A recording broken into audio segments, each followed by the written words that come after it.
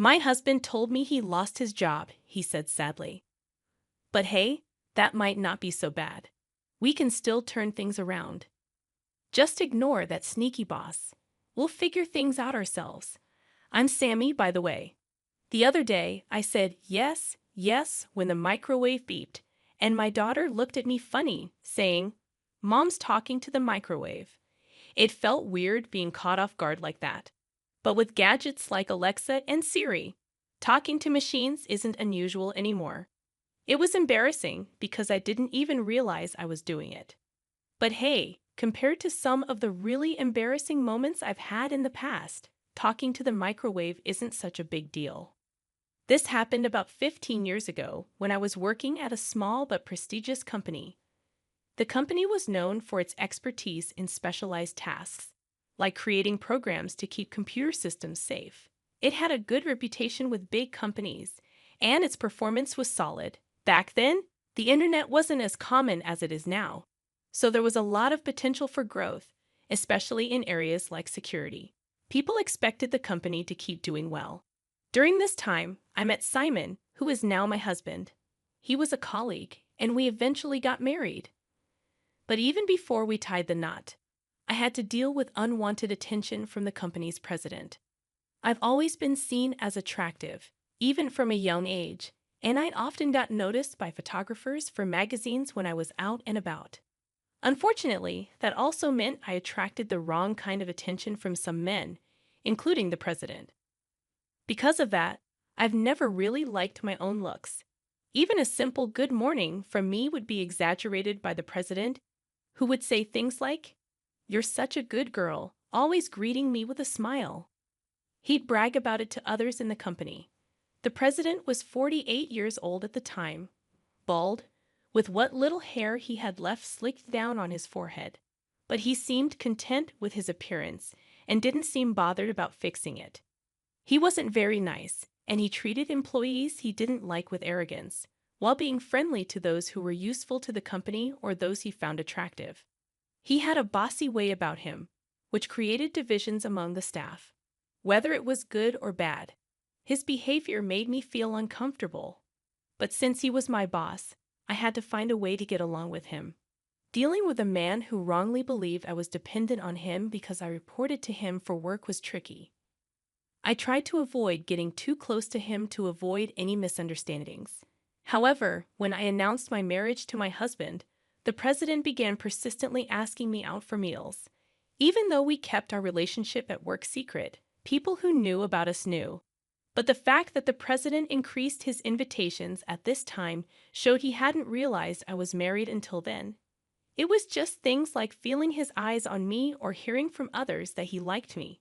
I initially tried to handle it gracefully, but it became a problem when his invitations got more intense.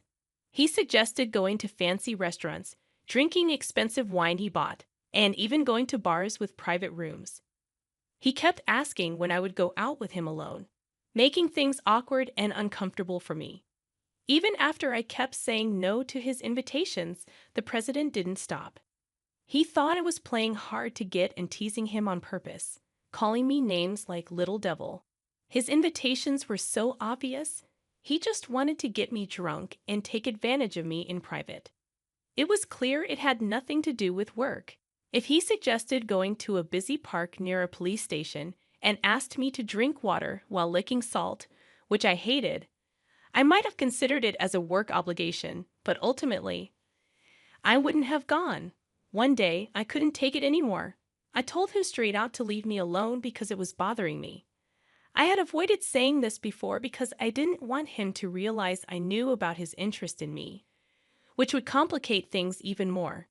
But that day, I was too stressed, and my true feelings slipped out. As expected, the president just laughed and tried to touch me. He said I knew all along and was teasing him on purpose. His touch made my skin crawl, and without thinking, I pushed him away and ran off. Originally, my husband was concerned about the president's behavior and suggested I quit my job. But I insisted on staying because I wanted to support my husband, who was the top technician in the company. He's working on a new system that could greatly improve our company's performance, and I wanted to be there to see it through. Switching companies after quitting wouldn't have made sense for me, so despite the uncomfortable situation with the president, I chose to stay. However, it was time to put an end to it. The next day, I handed in my resignation letter, addressing it to the president. I had already discussed everything with my husband the night before, and he strongly encouraged me to resign. So, with determination, I confronted the president, but he didn't accept it. Instead, he tried to convince me to stay by offering higher pay and a better position. He even made weird suggestions like promoting me to be the president's wife, which made me uneasy. I told him I was married and tired of his advances, but he seemed to twist my words, implying that I secretly loved him. It was frustrating. I never saw him that way. I thought maybe he felt threatened by my husband and was trying to keep me close, but that conversation just made me more determined to leave. The president accepted my resignation, saying I shouldn't have to work as just an ordinary employee when I'm going to be the future president's wife. He took my letter and left the office.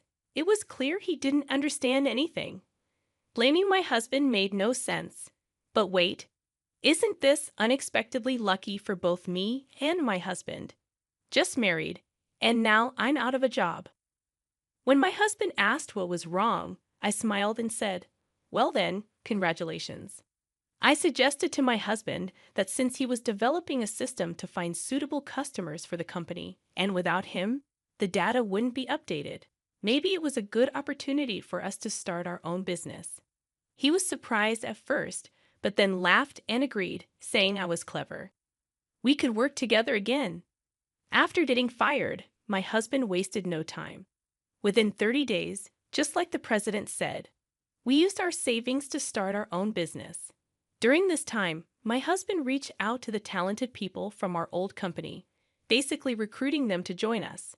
The bald president, who didn't even know how to use a computer, often didn't understand the struggles we faced and would give us impossible tasks. So when my husband asked them to join our company where they'd be understood and valued, almost everyone agreed, except for the higher-ups the president favored. If I had stayed at the old company, I might have been stuck there too. Following my husband's lead, he developed a new and improved version of the system he'd been working on before. With his connections, he not only secured jobs, but also created 2 new security systems, selling them to other companies. In an industry with few competitors, companies naturally wanted the best products, so our workload quickly grew.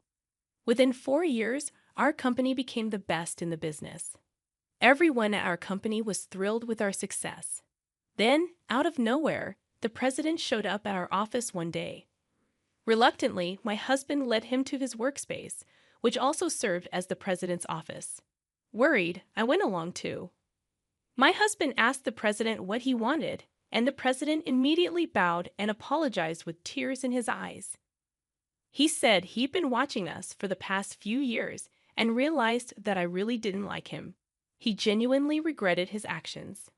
The president explained that the previous company was in financial trouble, short-staffed, and making employees work long hours without paying them properly for overtime. At this point, I didn't really care about getting an apology. My husband is making more money now than he did at the old company, and he's increased the salaries of our employees. We're happy with where we are now, so the president's apology didn't matter to me. It felt like a waste of time.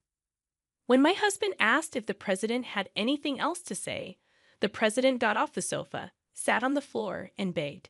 He pleaded for my husband to come back to the old company, saying that with him there, things would improve.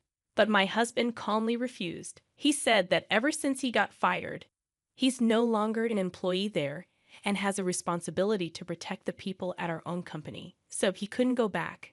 The president kept pleading, even offering to step down and have his company merge with ours. But my husband said no. He explained that what the president did to me in the past was wrong and hurtful to female employees' morale. Nowadays, overworking is criticized, and actions like the president's are considered unacceptable. Back then, it might have been seen differently, but now it's clear it was wrong. He mentioned how victims were often silenced or blamed, and he couldn't forgive the president for what he did. The situation with overtime was different. Until then, it was common for companies to ignore labor laws and make employees work long hours. But as laws changed and people started seeing long hours as harmful, the president's actions could have serious consequences if reported. At first, he begged not to resign, but he eventually realized he couldn't stay as the head of the company. The president stepped down, and my husband took over, merging his company with ours. All the employees came with us, and we sorted out the unpaid overtime. Since our company was doing well, it was a relief. The president's company didn't pay much for overtime anyway, so the amount owed wasn't huge. We came out on top. When you suggested starting a business after I lost my job, I never imagined we'd grow so much that we'd surpass the president's company. I'd always believed in your abilities. Really? Or are you just trying to boost my ego? I teased my husband. No way. You caught me, he replied with a smile. As we talked about our journey as a couple, I felt genuinely relieved that everything had worked out so well. Later, it came out that someone leaked the conversations for the president's office, including his embarrassing actions towards me. This, along with the issue of unpaid overtime, made it to the local newspapers. It didn't make it to TV news because it's a small company, but more people read local papers than watch TV or read famous magazines. The president became a laughingstock in the community, and kids started playing a game called Playing President, where they pretended to flirt with a reluctant girl. It was embarrassing for him, and if he saw it, he'd probably feel even worse. He was divorced and had a teenage daughter. When she heard about the game, she seemed upset and ran home. Having a creepy father must be tough for a sensitive girl like her. It's like he's facing consequences for his own actions. Now, the president lost his company and his daughter, and he can't get a good job because he doesn't know how to use a computer. He's working as an office worker in a local factory, but he struggles with basic tasks. He's even serving tea to the female president there. It's quite a fall from his previous position. He used to order female tea servers around, but now he's the one serving tea. He probably never imagined he'd end up like this. The employees who joined our company from the president's old one find his downfall pretty amusing. They're not feeling sorry for him at all. Meanwhile, my husband and I have been blessed with 2 children. Our daughter is quite the chatterbox and loves teasing me when I get distracted during phone calls or talk to the microwave. She's cheeky but adorable. Our son, who's a year younger, seems to have a knack for computers like his dad. Even at his young age, he's already dabbling in creating small programs. So we think he has a bright future ahead of him. It would be great if he eventually took over the company, but right now, he's more interested in being a YouTuber, working for Uber Eats, or delivering pizzas. Wait, son, aren't there any other options? I often ask him. Despite the chaos of parenting, we cherish our happy family moments every day. So, how did you like our story? Don't forget to subscribe to our channel for more updates. See you in the next video.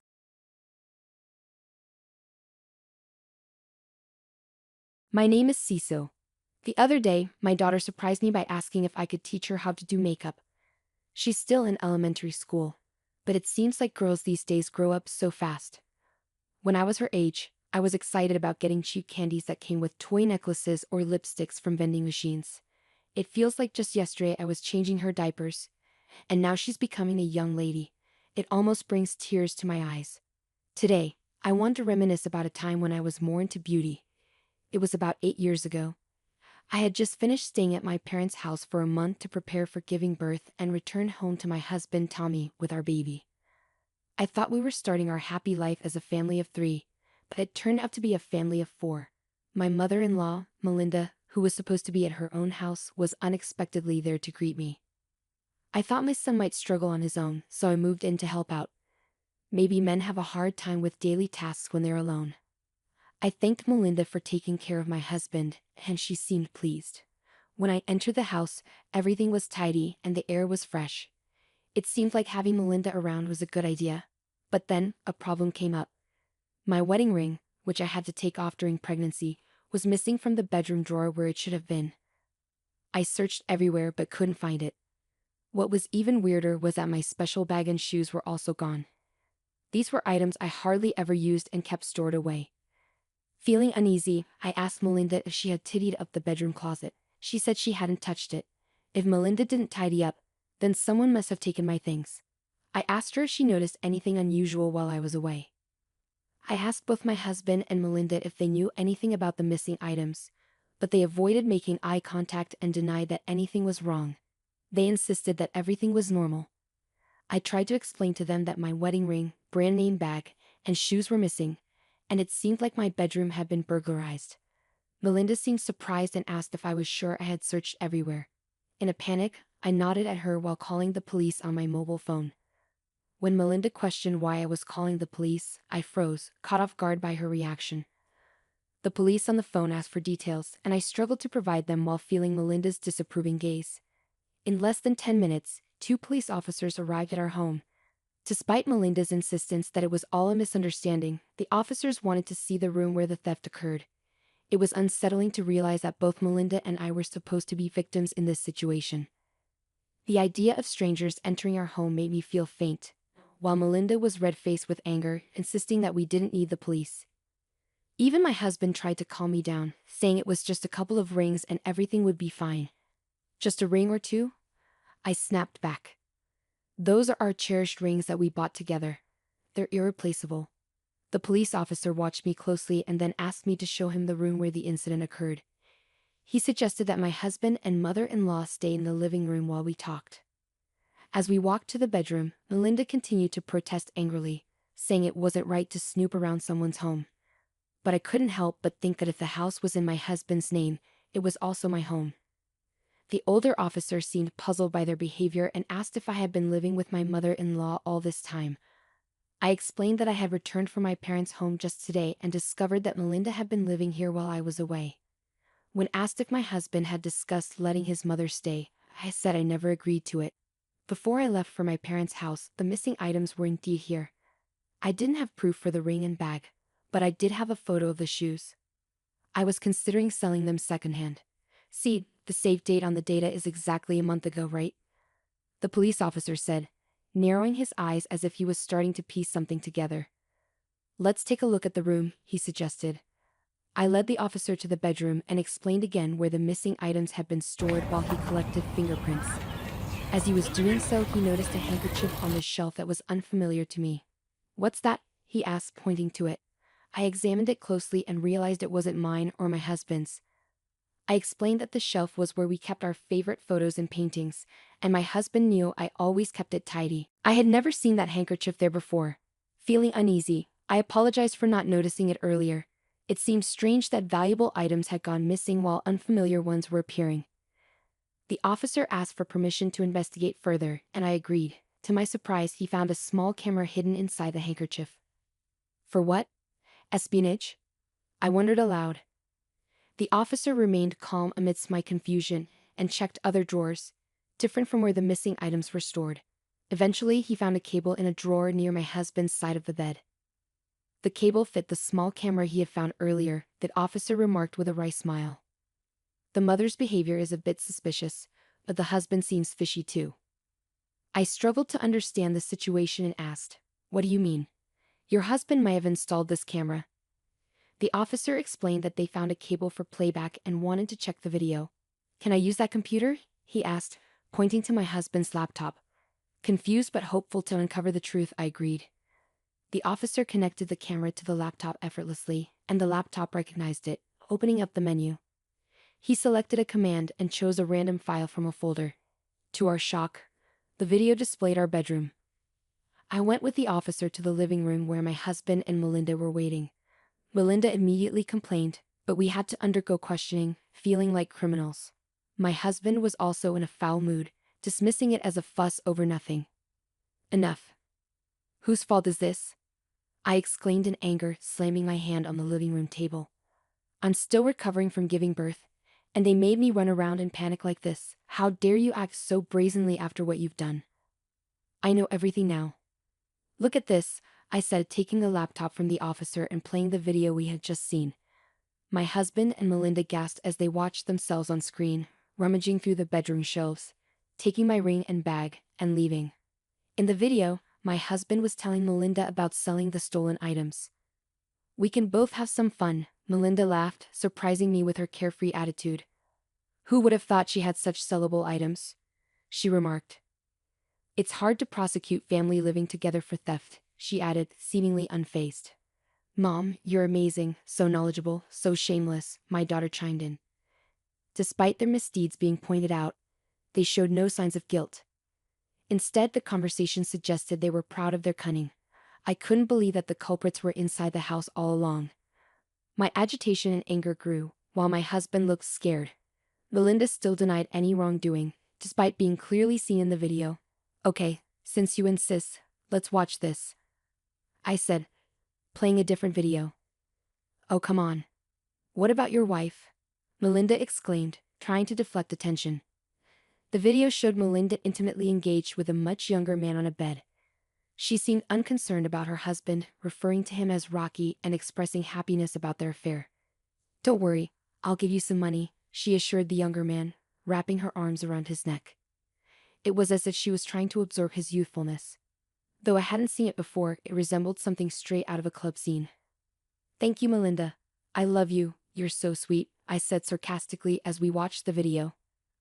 Melinda's alluring voice and actions on screen made even my husband look away, unable to bear it. The young officer seemed queasy, on the verge of saying, "Ew," while the older officer quietly scolded him. "Hey, stop it. Don't show such nonsense," Melinda yelled, her face turning bright red. My husband, perhaps feeling it wasn't his concern, seemed about to laugh at Melinda losing her composure. "Really, Tommy? You think it's funny, huh?" I challenged him, playing another video. As the videos played on, revealing my husband's affairs, the young police officer burst into uncontrollable laughter while the older one scolded him again. In one video, Ashley was stroking my husband's head, asking how many other women he was seeing. My husband responded with practiced lines, claiming she was the only one. The pattern repeated with the other women, each time promising gifts in exchange for secrecy. It was clear my husband had been leading a double life, lavishing gifts on these women. "You might have noticed he's making a huge loss buying brand name items for each encounter," I remarked bitterly. The only video showing Melinda's actions was that one, suggesting the recording button was accidentally left on, capturing the moment. Melinda not only stole my things, but also got caught in her own actions. Rest assured, it's not some peculiar hobby to watch Melinda's actions, or maybe it is. Melinda and my husband, embarrassed and exposed even to the police, were pale and slumped in defeat. But it wasn't over yet. Just as I thought this, the intercom rang. "They're here," I said. Melinda looked at me with a tired face, but I ignored her gaze and went to the entrance to welcome Bruce. When Melinda saw Bruce, she lost her words and screamed. "Seems like you were cheating in your son's house, huh?" I told him. No, it's not like that," my husband protested. "What do you mean it's not?" Bruce asked. "Cecil, could you play the video?" "With pleasure," I said, casting a cold glance at the bewildered Melinda. Bruce burst into loud laughter as he watched her flirtatious video. "An old woman like this seducing a young man for money, aren't you ashamed?" he joked. Melinda blushed furiously, her previously defiant attitude gone. "That was funny. Let's see my son's too. Let's see how much he's grown," Bruce said, laughing while focusing on a particular part of my husband in the video. After watching all the infidelity videos, Bruce commented with a straight face, "Both mother and son letting young people take their money. Beyond disappointing, it's pitiful." Needless to say, Melinda and my husband would have preferred being laughed at. What we learned from my questioning was that Melinda accidentally found out about my husband's affairs. She kept it secret in exchange for using our house to meet her own lover. For Melinda, it was embarrassing to be seen with a much younger man, and her lover, lacking money and having a wife, couldn't easily find places to meet. For my husband, having the freedom to invite girls he met online without going out was cheaper and much more convenient. Thus, Melinda and my husband, keeping each other's affairs secret, turned this house into their paradise of indulgence, becoming accomplices. Their arrangement worked by one leaving the house while the other met their lover. Melinda never imagined the videos would be accidentally recorded. "I'm sorry, Cecile." "Bruce, I'll return the money. Do anything, please forgive me," Melinda and my husband begged, bowing their heads. Bruce and I exchanged glances and laughed. You'll do anything, right? Indeed, anything, we both said. Of course, they answered. Then let's divorce, we declared simultaneously, leaving my husband and Melinda in shock. You said you'd do anything, right? Let's get a divorce, I insisted. No, wait. Anything but that, please. Melinda pleaded desperately, but Bruce refused without hesitation. The divorce was not retracted. My husband, too, was crying and deeply apologizing, but I did not withdraw the divorce either.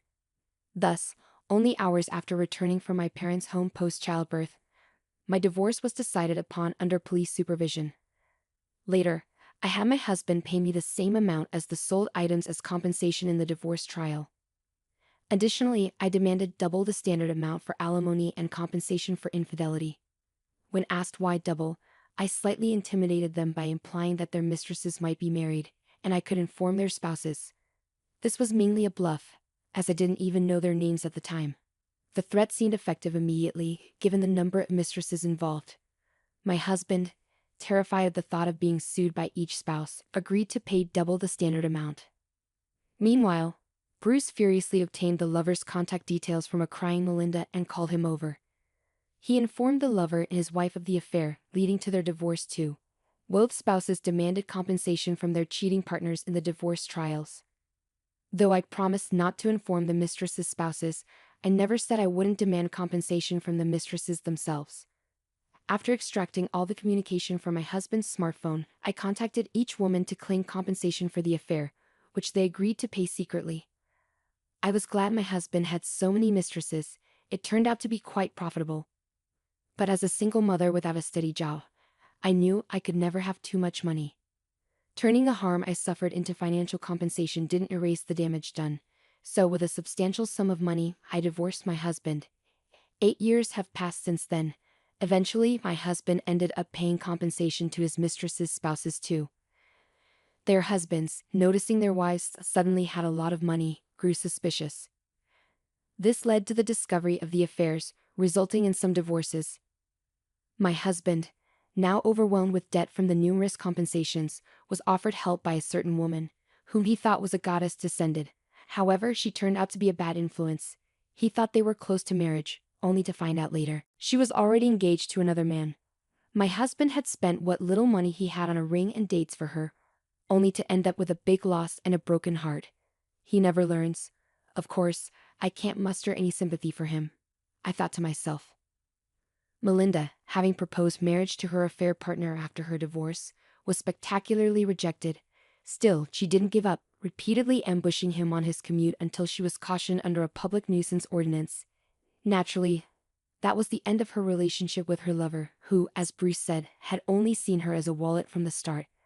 Well, everyone should be able to see it. Melinda was the only one who hadn't realized she was being used. It's a laughable tale. As for Bruce, after separating from Melinda and becoming estranged from his son, I worried about him being alone. But it seems the compensation money from the divorce trial sparked an interest in bonsai. Now, he's happily involved in a circle with people who share his hobby. That's a relief, though I didn't expect it. I looked him up, and sure enough, he'd even set up an SNS account. I've discreetly followed you, father-in-law, and me, honestly fed up with men.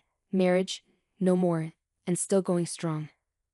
As a single mother, I relied on my parents until my child was old enough for daycare, then started job hunting, juggling child rearing.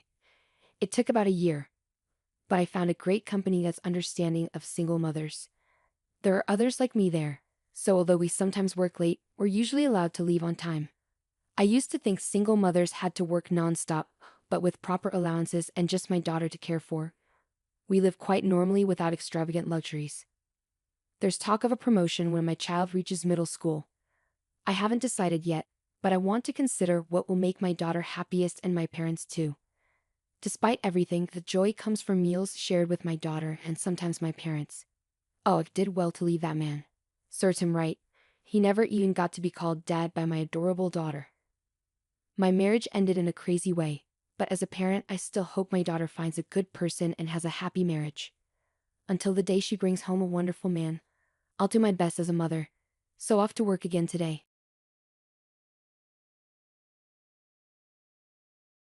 Go away, you useless wife who can't even do simple chores. I sat on the floor feeling small and insulted as my mother-in-law glared at me. We have Mauricio and my mom. We don't need you. You always seem unhappy anyway. You're just a burden. My sister-in-law, who never helps around the house, added with disdain. Wait a minute, Mauricio. Your mom and sister are being too mean.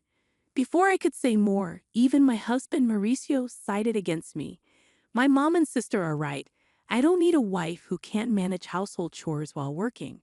Plus, I have a younger part-time helper who's much better. Pack your things and go. Mauricio's words hit me hard. They all continued criticizing me, calling me a failed wife. I clenched my fists, feeling anger rise inside me. After all they've taken from me, how dare they? Just wait, I'll make sure you all face the consequences, I thought, but I kept my expression neutral as I looked at the three of them. Fine, I'll leave. The downfall of the family that's been dumping everything on me starts now. I'm Eleanor, 32 years old, and a working wife. Many women work after getting married, and I've kept my job at the same company I joined after college because I enjoy it. One morning, while I was getting ready for work, Mauricio asked, Eleanor, can you handle this? Tax season is approaching. He handed me a stack of receipts and invoices. Again, you should manage your own shop's finances, Mauricio said, avoiding eye contact. You know I'm better at this, so please. I married Mauricio 5 years ago. He used to work as a clerk at a restaurant I frequented, and after dating for a while, we decided to tie the knot. Now Mauricio runs his dream cafe, but he leaves tasks like purchasing and accounting to me. As I left for work, my mother-in-law added, Eleanor, let's have Chinese food tonight. Can you get the ingredients ready? No, you can do it when you return. Also, Vivian and the kids are coming this weekend. Make sure to prepare something they'll like. I reluctantly replied before leaving. When we got married, I wanted to live just with Mauricio, but he insisted we live with his mother because he worried about her living alone. So we moved into his large family home. My mother-in-law isn't good at keeping the house tidy, and it was messy when we moved in. She lives on a pension and mostly eats out because she doesn't like cooking. Mauricio always says that housework is a woman's responsibility, so even though I work, I'm stuck doing all the chores for the whole family. On top of that, my sister-in-law Vivian, who has her own family now, often visits with her kids. When she's around, the workload increases. This morning, when I heard she's coming back this weekend, I thought, oh, not again. And then the dreaded weekend arrives. I'd love to relax on my weekends off from work, but instead, I have to entertain Vivian's kids and prepare meals. While I'm busy, Vivian drops a bombshell on me. Eleanor, by the way, I'm getting divorced and moving back here with the kids next month. Just thought you should know. What? Are you serious? Do you have a problem with that? No, I understand it's tough for you. When are you moving back? As soon as possible. My sister-in-law is coming home with the kids. I'm initially surprised, but then I reconsider. Vivian used to be a homemaker, so she'll probably help around the house. That should ease my workload a bit. Although we're not particularly close, I'm looking forward to having less work and going about my days. But my optimism quickly fades away. Vivian, much like her mother, contributes nothing. She spends her days lounging around, watching TV, and snacking. She doesn't work, nor does she help with household chores. It turns out her neglect of domestic responsibilities was a significant factor in her divorce. Now, I'm left to do all the chores, including catering to her fussy kids and getting them ready for school. As time goes on, my workload at my job increases with a new project that demands more overtime and early starts. The house becomes progressively messier. Coming home to a dirty house is incredibly disheartening, yet everyone continues to ask, "When's dinner?" or "Why are you so slow?" To add to my frustration, I start receiving passive-aggressive comments from Vivian and my mother-in-law. Eleanor, the laundry is piling up. Just because you work doesn't mean you can slack off. They remark, oblivious to my own workload. Whenever I try to defend myself, Vivian interjects, talking back to your mother-in-law, "You're quite bold, Eleanor. And you've been buying all the meals." That's not good for the kids. If you're home, can't you pitch in a bit? Then Mauricio chimes in, as a business owner, I'm providing for the family. You don't have to work. You're doing it out of selfishness, so fulfill your wifely duties perfectly. I'm left speechless, while they both stare at me as if their expectations are entirely reasonable. That night, I was seething with anger. I decided to confront Mauricio. I'm swamped with work, and neither your mom nor your sister is pitching in with the housework. You're not bad-mouthing my mom and sister, are you? Mauricio shoots me a glare. Surprised, I respond, no, that's not it. But I can't handle all the chores alone. Could you lend a hand? I'm busy running a business. You might not get it because you have an easy office job, but running a business is tough. Plus, isn't housework a wife's responsibility? Don't expect me to do it. Are you serious? Mauricio simply goes to bed, leaving me fuming. But then an idea strikes me. I come up with a plan. That night, before going to sleep, I quickly order some gadgets online. A few days later, a bunch of new appliances arrive. A washer, dryer, a cleaning robot, and kitchen appliances with automatic cooking functions. If no one's going to help me, I might as well make my chores easier with some handy gadgets. As the delivery guys are bringing in the washer, my mother-in-law and sister-in-law show up. You bought a new washer without consulting us. The old one still works, but it's outdated and this will make laundry quicker and simpler. What's all this? A cleaning robot and cooking appliances? Eleanor, come over here. I'm called into the living room where they're seated on the sofa, while I'm asked to sit on the floor. Mauricio is there too, sitting beside his mom, looking smug. What's happening? My mother-in-law shouts. What do you mean, what's happening? You've spent all our money on these lazy gadgets. What were you thinking? I thought they would help with the housework. Efficiency isn't everything. People rely too much on machines these days. My sister-in-law adds, exactly, Eleanor. And those are luxuries. The appliances we have are perfectly fine. You're just wasting money because Mauricio owns a business. She shoots me a glare, and Mauricio nods in agreement. But you're just trying to make your life easier. Can't you even handle housework properly? I wanted to retort, look who's talking, but I remained silent. Finally, perhaps frustrated by my lack of response, my mother-in-law snaps, if you can't handle housework, you should just leave. I stare at her in shock. She stares back, unyielding. We don't need you. Mauricio and I are fine without you. You always look tired and miserable. You're just a burden, my sister-in-law says with exasperation. Hold on, Mauricio. Your mom and sister are being too harsh. When I turn to Mauricio for support, he looks down at me and says, they're right. I don't need a wife who can't manage housework. I stare at Mauricio in disbelief, but he just smirks. I'm a business owner, and I have the right to spend my money as I please. I don't need a wife who spends it to make her life easier. Why would you say something like that? Besides, I've been getting along well with a young part-time worker. She's cute, unlike you. Pack your bags and leave. Stunned by Mauricio's words, all three of them start berating me, labeling me a failure as a wife. I clench my fists in anger. After all they've taken from me, they have the audacity to say this. Just wait. You'll regret this. But I maintain my composure and say, fine, I'll leave. Good. We'll be better off without you, my mother-in-law spits out. I rose silently and placed something on the table. Mauricio, let's get divorced, I said, sliding over a pre-filled divorce application. I had obtained it as a symbol of my exhaustion, tired of everything. Fine. I'll sign it. Don't regret it later, Mauricio responded, signing the papers. I packed my bags and left for a weekly apartment the same day. No one came to bid me farewell. I submitted the divorce papers to the city hall and rented a condo. At the same time, I accepted a promotion I had previously declined due to household responsibilities and became a department head.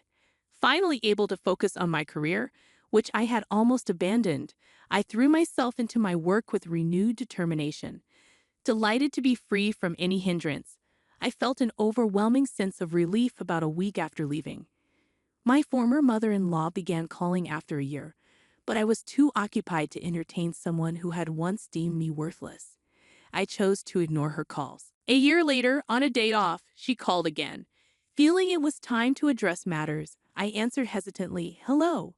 "Ah, Eleanor, you finally answered. How could you ignore me for over a year? What do you want?" "Well, how have you been? Are you okay?" I responded bluntly to her probing. "I'm doing great, working hard in my own place. I've been promoted and my salary has increased. I'm living comfortably. Is that so? Would you consider returning?" Her tone held a hint of pleading, and I asked, cautiously, "Why now?"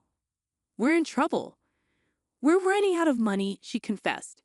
I couldn't help but smirk as I replied, "So Mauricio's cafe isn't even making $11,000 profit, huh? And neither you nor your daughter have jobs. Well, that explains it. Eleanor, did you know?" Of course I knew. Mauricio's cafe was barely making $800 a month in profit. Since I handled the finances, I was well aware. Mauricio, who acted like a big-shot business owner but neglected proper management and customer service, probably had no clue, but I did. I was the one handling all the accounting and inventory. "Why didn't you say something?" "I had no idea you were managing a big company and contributing so much to our living expenses." Yes, I was putting in over $3,000 a month. That's how everyone was able to live. I had been supplementing the family income with my own salary because I knew Mauricio's shop wasn't making much. He probably realized he couldn't make ends meet without my income only after I left. "Please, Eleanor, come back. By the way, what happened to Mauricio's shop?"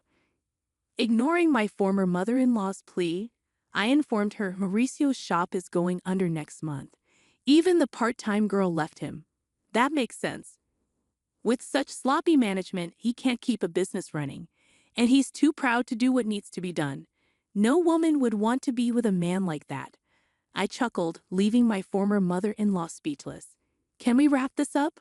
"I'm busy," I interjected. She hurriedly continued.